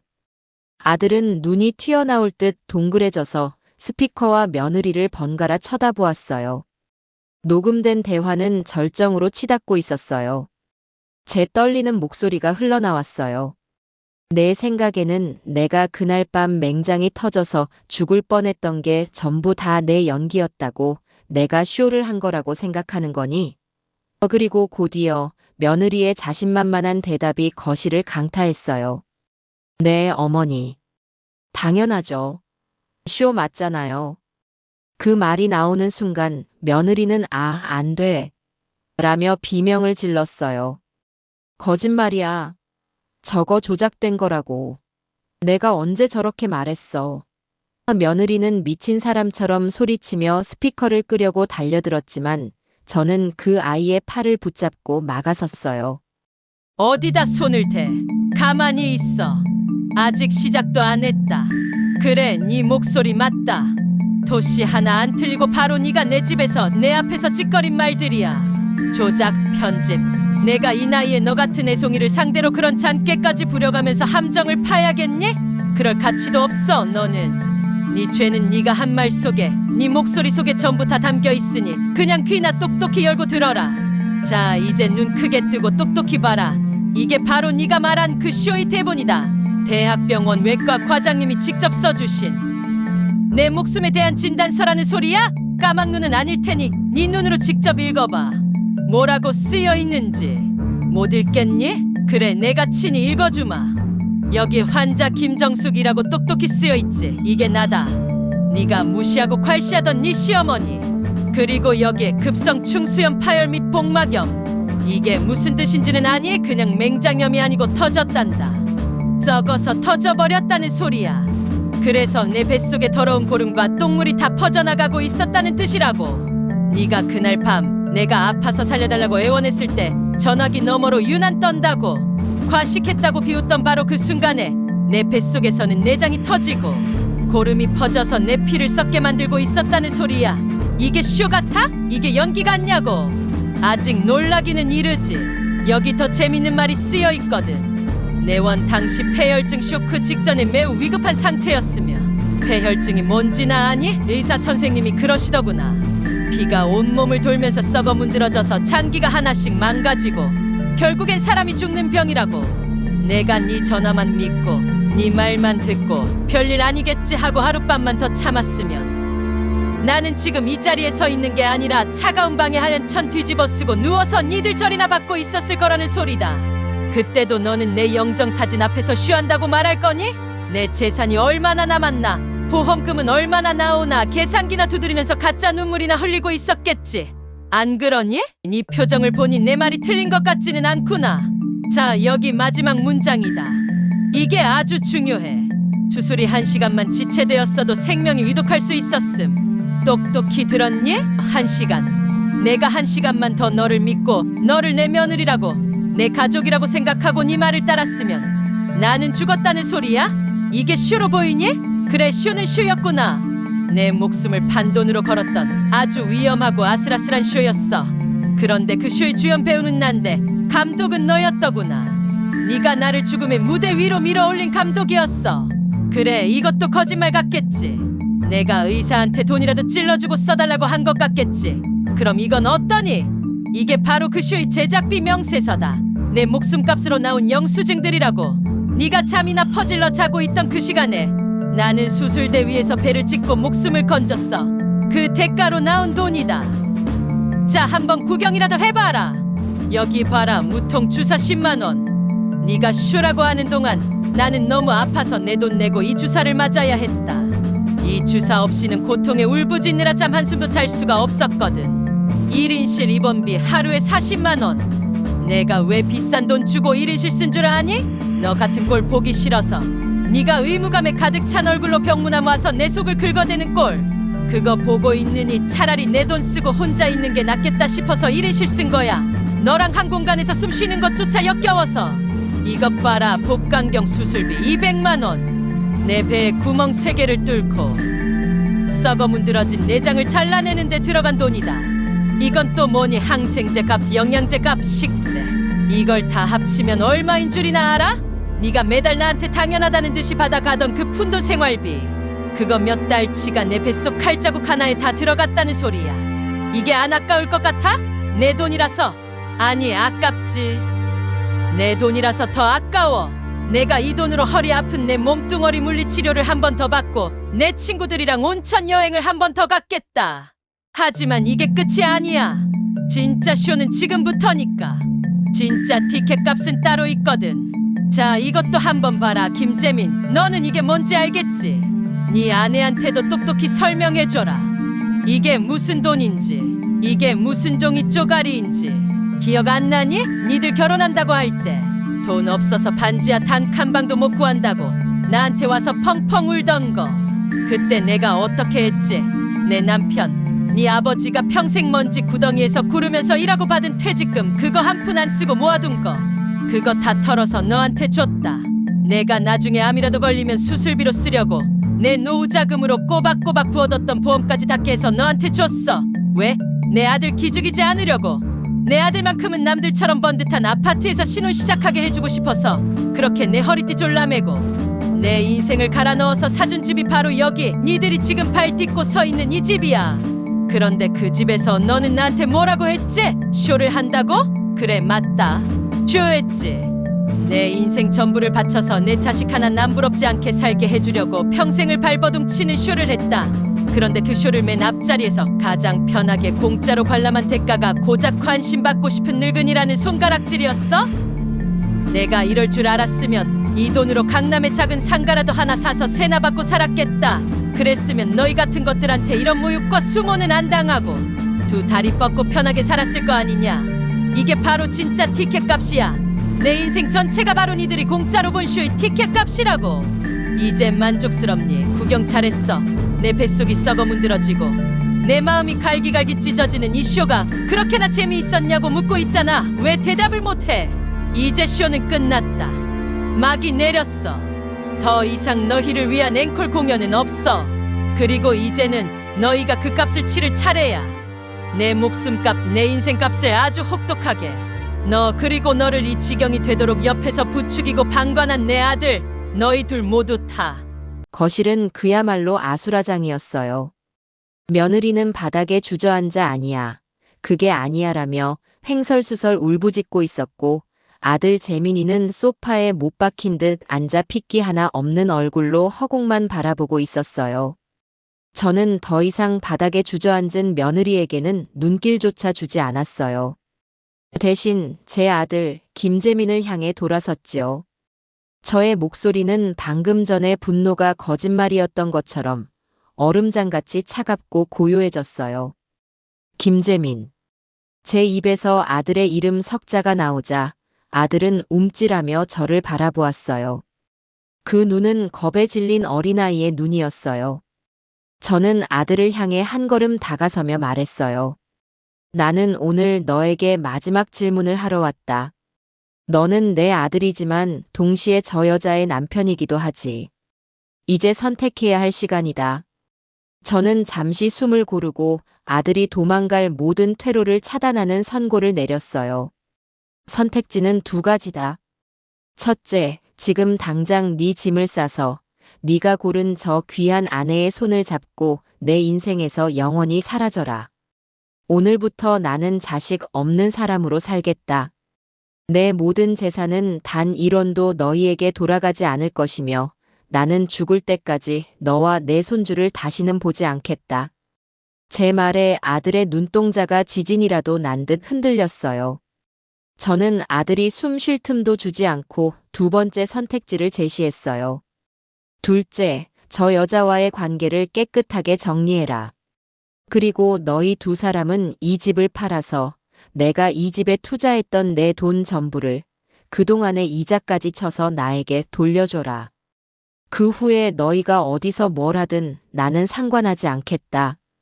선택은 네 몫이다. 내가 너에게 줄 시간은 딱 일주일이다. 일주일 뒤에 네 결정을 나에게 직접 전하러 오너라. 제 아들에게 최후 통첩을 날린 후 저는 마지막으로 바닥에서 흐느끼고 있는 며느리를 내려다보았어요. 며느리는 재민이에게 기어가 여보, 나 좀 살려줘. 잘못했어라며 매달리고 있었지요. 저는 그 가증스러운 모습을 보며 제 인생에서 가장 차가운 목소리로 말했어요. 너는 착각하고 있는 모양인데 너와 나를 이어주는 유일한 끈은 내 아들, 김재민이었다. 그리고 그 끈은 오늘부로 끊어졌다. 며느리가 고개를 들어 저를 바라보았어요. 그 눈에는 공포와 증오가 뒤섞여 있었지요. 저는 그 눈을 똑바로 마주하며 말을 이었어요. 너가 내 손주를 낳았다고 해서 너가 내 가족이 되는 것은 아니다. 너는 이제 나에게 아무것도 아닌 사람이야. 그러니 앞으로 두 번 다시 나를 어머니라고 부르지 마라. 그리고 두 번 다시 내 눈앞에 나타나지도 마라. 제 말은 사형 선고와도 같았을 겁니다. 며느리는 더 이상 울지도 못하고 입만 뻐끔거리며 저를 바라보았어요.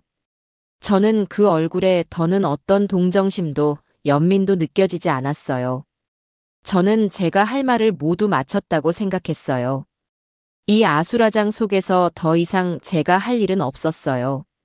저는 탁자 위에 놓았던 블루투스 스피커의 전원을 끄고 바닥에 흩뿌려졌던 제 서류 원본들을 천천히 주워 담았어요.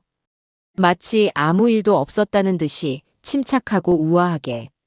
며느리의 울음소리와 아들의 망연자실한 침묵을 배경음악 삼아 저는 제 가방을 챙겨 들고 현관을 향해 걸었어요. 그 누구도 저를 붙잡지 않았어요. 저는 뒤도 돌아보지 않고 현관문을 열고 밖으로 나섰어요. 철컥. 문이 닫히는 소리와 함께 저는 그들을 그들만의 지옥 속에 가두고 나왔어요. 아파트 복도를 걸어 나오며 저는 비로소 길고 깊은 숨을 내쉬었어요. 지독했던 전쟁이 끝난 기분이었어요. 이 전쟁의 승자는 명백히 저였지요. 하지만 승리의 기쁨보다는 모든 것이 끝나버렸다는 허무함과 지독한 피로감이 온몸을 감쌌어요. 이제 남은 것은 이 전쟁의 잔해를 어떻게 치울 것인가 하는 문제뿐이었어요. 그날 밤 저희 집 현관문은 마치 지옥의 문이라도 되는 듯 고요했어요. 저는 집으로 돌아와 샤워를 하고 아무 일도 없었다는 듯이 잠자리에 누웠어요. 하지만 잠은 오지 않았어요. 눈을 감으면 아들의 망연자실한 얼굴과 며느리의 파랗게 질린 얼굴이 번갈아 떠올랐지요. 통쾌하면서도 한편으로는 가슴 한구석이 아릿하게 저려왔어요. 내가 너무 심했나 하는 생각이 잠시 들었지만 저는 이내 고개를 저었어요. 아니, 이건 심한 게 아니다. 골마 터진 환부를 도려낸 것뿐이다. 그들이 먼저 내 인내심의 바닥을 드러내게 만들었으니까. 저는 그렇게 밤새 저 자신과 싸우며 아들에게서 연락이 오기만을 기다렸어요. 하루가 지나고 이틀이 지나도 아들에게서는 아무런 연락이 없었어요. 그 침묵의 시간이 천년처럼 길게 느껴졌어요. 저는 일부러 더 씩씩하게, 아무렇지 않게 일상을 보냈어요. 아침에 일어나 운동을 하고 장을 보고 친구들과 전화로 수다를 떨었지요. 내 인생은 너희 없이도 아무렇지 않게 흘러간다는 것을 보여주고 싶었는지도 모릅니다. 그리고 사흘째 되던 날 밤이었어요. 밤늦은 시간 누군가 현관문을 미친 듯이 두드리기 시작했어요. 저는 심장이 쿵 내려앉는 것을 느꼈지요. 올 것이 왔구나. 문을 열자 그 앞에는 술에 잔뜩 취해 몸도 제대로 가누지 못하는 아들 재민이가 서 있었어요. 아들은 저를 보자마자 그 자리에 주저앉으며 제 다리를 붙잡고 아이처럼 엉엉 울기 시작했어요. 어머니, 어머니, 제가 죽일 놈입니다. 제가 다 잘못했어요. 이 불효자식을 죽여주세요. 아들의 처절한 울음소리가 텅 빈 아파트 복도를 울렸어요. 저는 아무 말 없이 아들을 부축해 집 안으로 끌고 들어왔어요. 아들은 거실 바닥에 무릎을 꿇고 앉아 고개도 들지 못한 채 용서를 빌었어요. 어머니, 제가 비겁했어요. 제 아내가 어머니께 그 모진 말들을 할 때 제가 막았어야 했는데 제가 그러지 못했어요. 어머니가 그 끔찍한 고통 속에 혼자 계실 때 제가 곁에 있었어야 했는데 제가 그러지 못했어요. 저는 아들도 남편도 될 자격이 없는 놈입니다. 아들은 자기 뺨을 때려가며 자책했어요. 그 모습이 너무나 가여워 마음이 약해지려 했지만 저는 독하게 마음을 다잡았어요. 지금 어설픈 동정은 아들을 더 약한 남자로 만들 뿐이라는 것을 알았기 때문입니다. 저는 눈물 한 방울 보이지 않고 차가운 목소리로 아들에게 말했어요. 일어나거라. 제 목소리에 아들은 움찔하며 저를 올려다보았어요. 저는 소파에 앉아 무릎 꿇은 아들을 내려다보며 말을 이었어요. 너가 흘리는 그 눈물이 내 죄를 씻어주지는 않는다. 그리고 나는 내 눈물을 받자고 이 모든 일을 벌인 것이 아니야. 저는 잠시 말을 끊고 아들의 눈을 똑바로 쳐다보았어요. 너가 진짜 잘못한 것이 무엇인지 아느냐? 너가 나쁜 아들이었던 것이 문제가 아니다. 너가 약한 남자였다는 것이 문제야. 너는 내 손으로 꾸린 가정의 가장이다. 가장은 기둥과 같은 것이야. 기둥이 흔들리니 집안이 무너지는 것은 당연한 이치다. 너는 네 아내가 너를 낳아준 어미를 능멸하고 무시하는 것을 그저 방관만 했다. 그것이 너의 가장 큰 죄다. 제 말은 아들의 가슴에 비수처럼 박혔을 겁니다. 저는 아들에게 해결책을 제시해 주지 않았어요. 대신 스스로 일어설 기회를 주기로 했어요. 내가 너에게 선택권을 주었다. 그 선택은 아직 유효하다. 너가 어떤 선택을 하든 나는 존중하겠다. 하지만 명심해라. 어떤 결정을 내리든 그 결정은 너가 가장으로서 내리는 첫 번째이자 마지막 결정이 될 것이다. 네 아내의 버릇을 고치는 것도 너의 가정을 바로 세우는 것도 이제부터는 온전히 내 몫이다. 나는 더 이상 너의 인생에 끼어들지 않을 것이다. 제 말에 아들은 울음을 그치고 한참 동안이나 고개를 숙인 채 생각에 잠겼어요. 아들은 그날부터 며칠간 저희 집에서 머물렀어요. 우리는 서로에게 많은 말을 하지 않았어요. 저는 아들에게 밥을 차려주고 잠자리를 봐주는 것 외에는 아무것도 묻지 않았지요. 아들은 하루 종일 방 안에 틀어박혀 담배만 피워대거나 멍하니 창밖만 바라보았어요. 자기 인생의 가장 중요한 갈림길 위에서 얼마나 많은 고민과 갈등을 했겠어요. 저는 아들을 재촉하지 않고 묵묵히 기다려 주었어요. 그리고 마침내 일주일의 마지막 날 아침이었어요. 아들은 밤새 한숨도 자지 못한 듯 헬쑥한 얼굴로 제 앞에 와서 섰어요. 하지만 그 눈빛만은 이전과 달리 단단하고 결연해 보였어요. 어머니, 저 결정했어요. 아들은 깊게 숨을 고른 뒤 떨리지 않는 목소리로 말을 이었어요. 미정이와 이혼하지 않겠어요. 제 아이에게서 아빠를 빼앗는 그런 아버지가 될 수는 없을 것 같아요. 저는 아무 말 없이 아들을 바라보았어요. 하지만 어머니, 이전과 같은 삶을 살지는 않을 겁니다. 저는 어머니께서 주신 두 번째 선택을 따르겠어요. 그리고 미정이가 어머니께 지은 죄는 제가 남편으로서 반드시 대가를 치르게 하겠어요.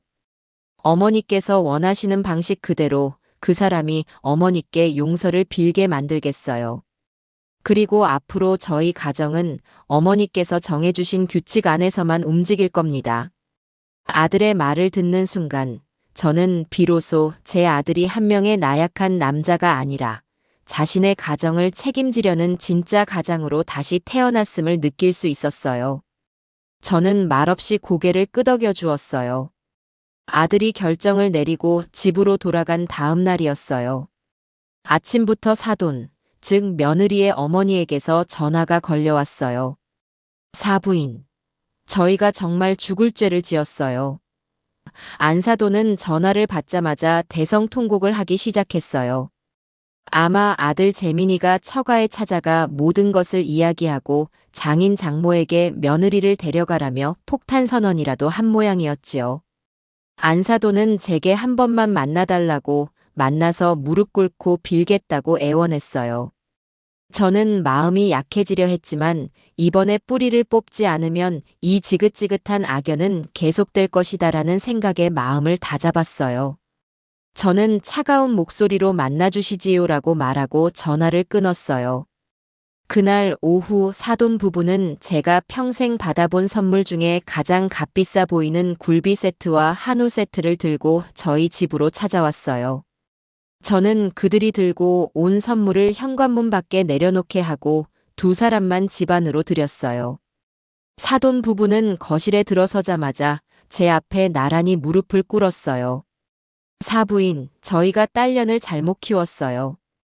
이 모든 게 저희의 죄입니다.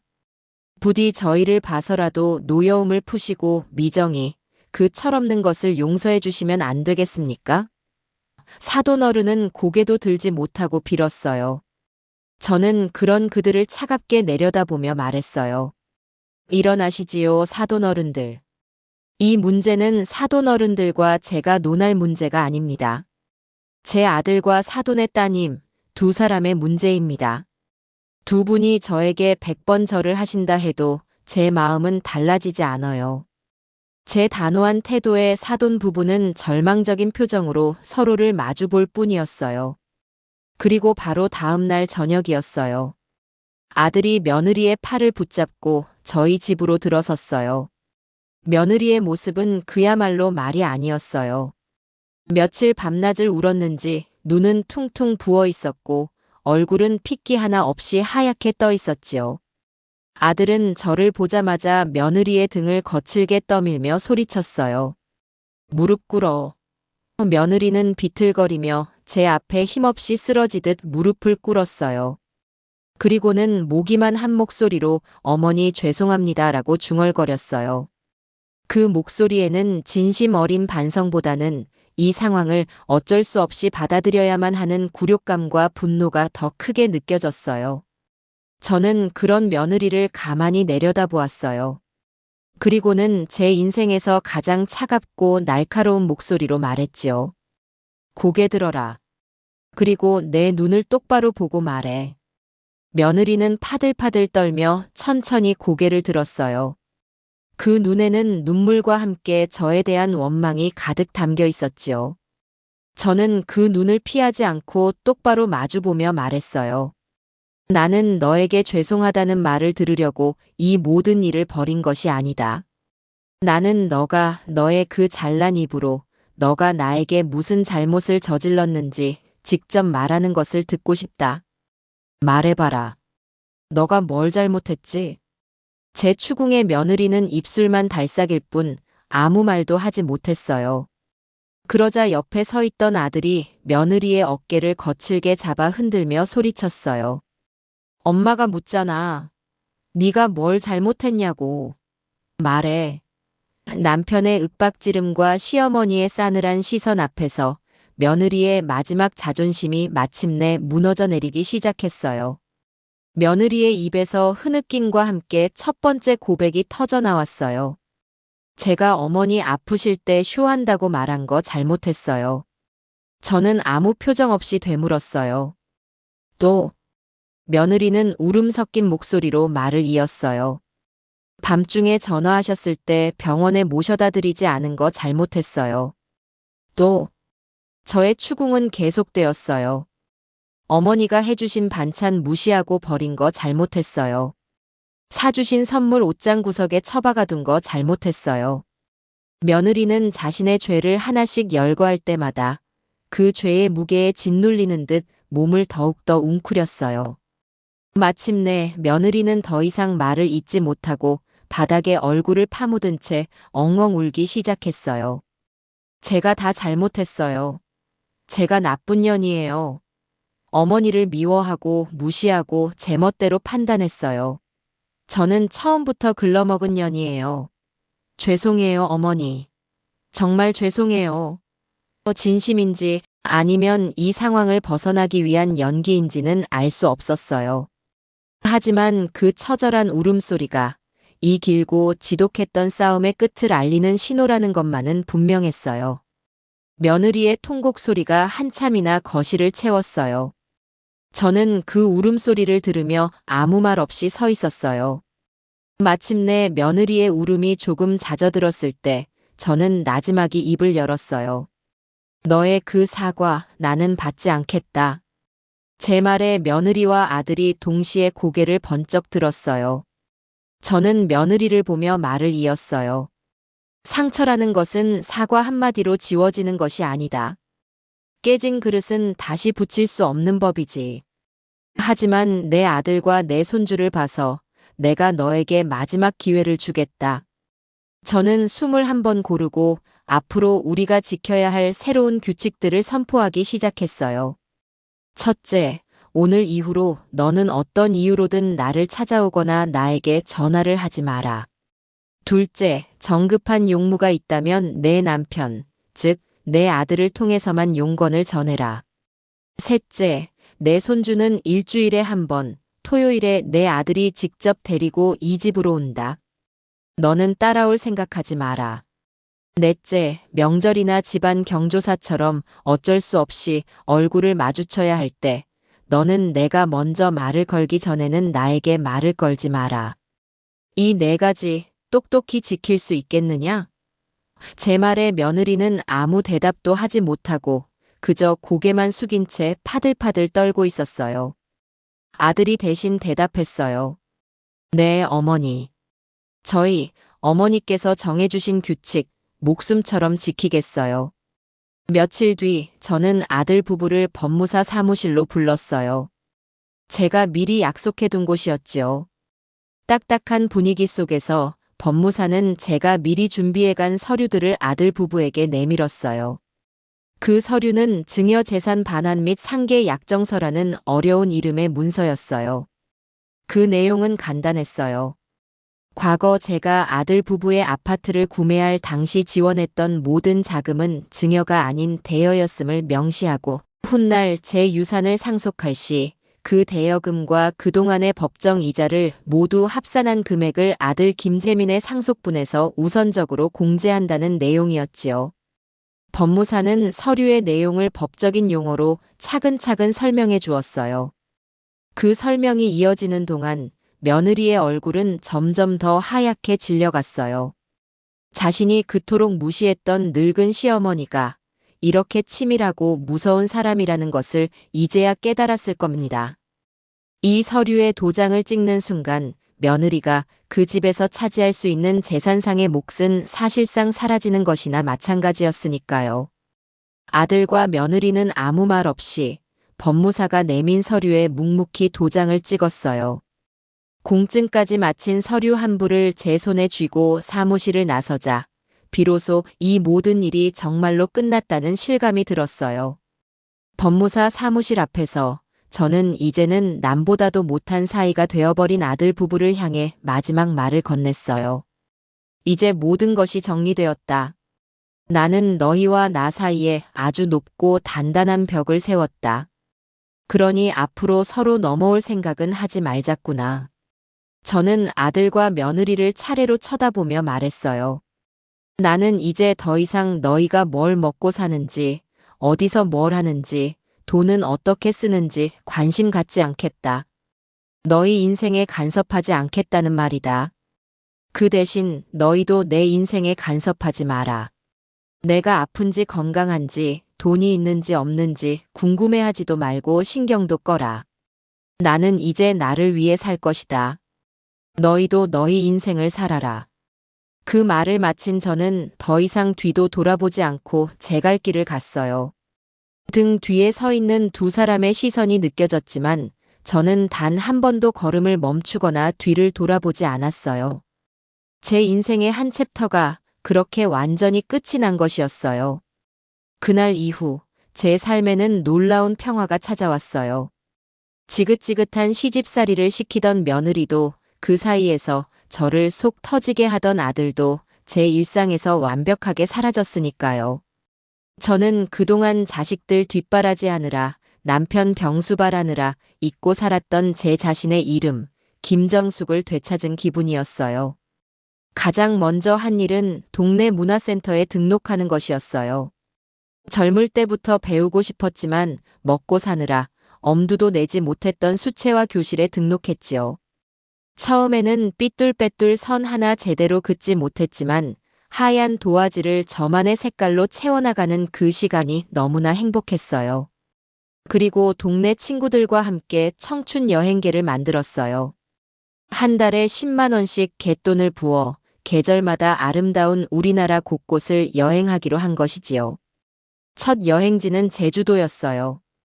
친구들과 함께 비행기를 타고 렌터카를 빌려 해안도로를 달리는데 저도 모르게 눈물이 핑 돌더군요. 70평생 처음 느껴보는 완벽한 자유와 해방감이었어요. 제 얼굴에서는 웃음이 떠나지 않았어요. 저를 아는 사람들은 모두 권사님, 얼굴이 폈다 요즘 무슨 좋은 일 있으시냐며 한마디씩 건넸지요. 그럴 때마다 저는 내 인생 찾았지라며 활짝 웃어 보였어요. 아들과의 관계도 새로 정립되었어요. 아들은 약속대로 매주 토요일이면 손주를 데리고 저희 집으로 왔어요. 며느리는 단 한 번도 따라오지 않았지요. 아들은 저희 집에 와서 제가 그린 그림을 감상하고 제가 해준 밥을 먹으며 그동안 있었던 시시콜콜한 이야기들을 늘어놓았어요. 예전처럼 아내와 어머니 사이에서 눈치를 보는 일도 거짓말을 하는 일도 없었어요. 저희는 비로소 건강하고 정직한 모자 관계를 회복하게 된 것입니다. 한 번은 아들이 저와 저녁을 먹고 있을 때 며느리에게서 전화가 온 적이 있었어요. 나 아직 엄마 집이야. 저녁 먹고 있어. 왜? 아니, 못 들어가. 오늘 엄마랑 영화 보기로 했어. 당신이 알아서 저녁 챙겨 먹어. 끊어. 단호하게 전화를 끊는 아들의 모습을 보며 저는 제 아들이 정말로 한 집안의 가장으로 바로 섰다는 것을 느낄 수 있었지요. 손주는 저의 가장 큰 기쁨이었어요. 할머니와 단둘이 보내는 시간을 아이도 무척이나 좋아했어요. 우리는 함께 그림을 그리고 공원에 가서 자전거를 타고 맛있는 간식을 만들어 먹으며 그 누구의 방해도 받지 않는 우리만의 시간을 보냈어요. 명절처럼 온 가족이 모여야 하는 날이면 며느리는 약속대로 제게 먼저 말을 거는 법이 없었고 저 역시 며느리를 없는 사람처럼 대했어요. 그저 최소한의 예의와 최대한의 거리. 그것이 저희 사이에 생긴 새로운 질서였어요. 어느덧 계절이 두어 번 바뀌고 저는 이제 완벽하게 제 삶의 평화를 되찾았어요. 어느 화창한 가을날 오후, 저는 저희 집 베란다 의자에 앉아 따뜻한 대추차를 마시고 있었어요. 벽에는 제가 얼마 전 제주도 여행에서 그려온 협재 해수욕장의 풍경화가 걸려 있었지요. 그 그림을 보고 있자니 지난 일들이 영화처럼 머릿속을 스쳐 지나갔어요. 지독한 고통 속에서 홀로 구급차를 불렀던 그 밤, 병실 복도에서 며느리의 잔인한 목소리를 들었던 그 순간, 그리고 복수를 위해 칼날을 갈던 수많은 시간들. 어떤 사람들은 저를 보고 독한 늙은이라고, 자식 이기는 부모 없다는 말을 무색하게 만든 매정한 시어머니라고 손가락질할지도 모릅니다. 하지만 저는 단 한 번도 제 선택을 후회한 적이 없어요. 저는 제 자신과 저의 존엄성을 지키기 위해 싸웠을 뿐이니까요. 잘못 놓인 그릇들을 바로잡기 위해서는 때로는 상을 통째로 뒤엎어야만 할 때도 있는 법입니다. 상을 뒤엎는 그 순간에는 모든 것이 깨지고 엉망이 되는 것 같지만 그 과정을 거치고 나야만 비로소 모든 것을 제자리에 올바르게 다시 놓을 수 있게 되는 것이지요. 저는 찻잔을 내려놓고 창밖으로 물드는 아름다운 저녁 노을을 바라보았어요. 제 마음은 그 노을처럼 더없이 평온하고 따뜻했어요. 길고 길었던 쇼는 끝났고 이제 저는 제 인생이라는 무대의 유일한 주인공으로 행복하게 살아갈 일만 남은 것입니다.